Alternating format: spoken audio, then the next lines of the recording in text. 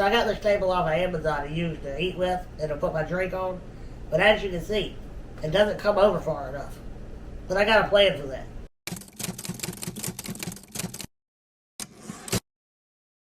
So first I'm going to cut a board to attach my tabletop to and use as a track that will allow it to slide in and out. And the next problem that I have with the table is it wasn't quite tall enough to fit over the arm of the couch. So I have this piece of shelving board that I'm going to attach to the bottom to act as a shim and raise it up another ½ inch.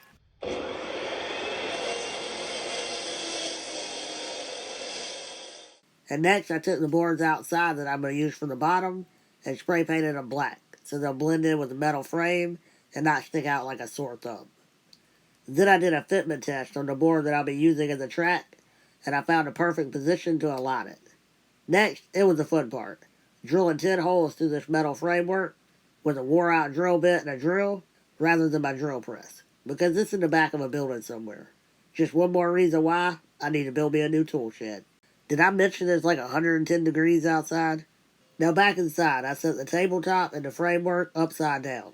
Next, I used my Sharpie to mark the beginning and end points of the sliding range. Next, I used a series of 6 screws and 12 washers to affix the tabletop to the board that I mounted as a guide rail. And the camera died during that process, but this is the final result. Well, for now, I may eventually add some larger washers later.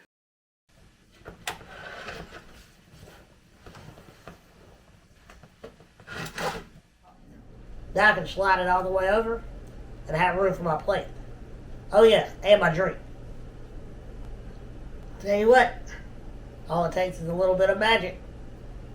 I just wanted to share this quick idea because it might help somebody out. Thanks for watching. Y'all have a good one.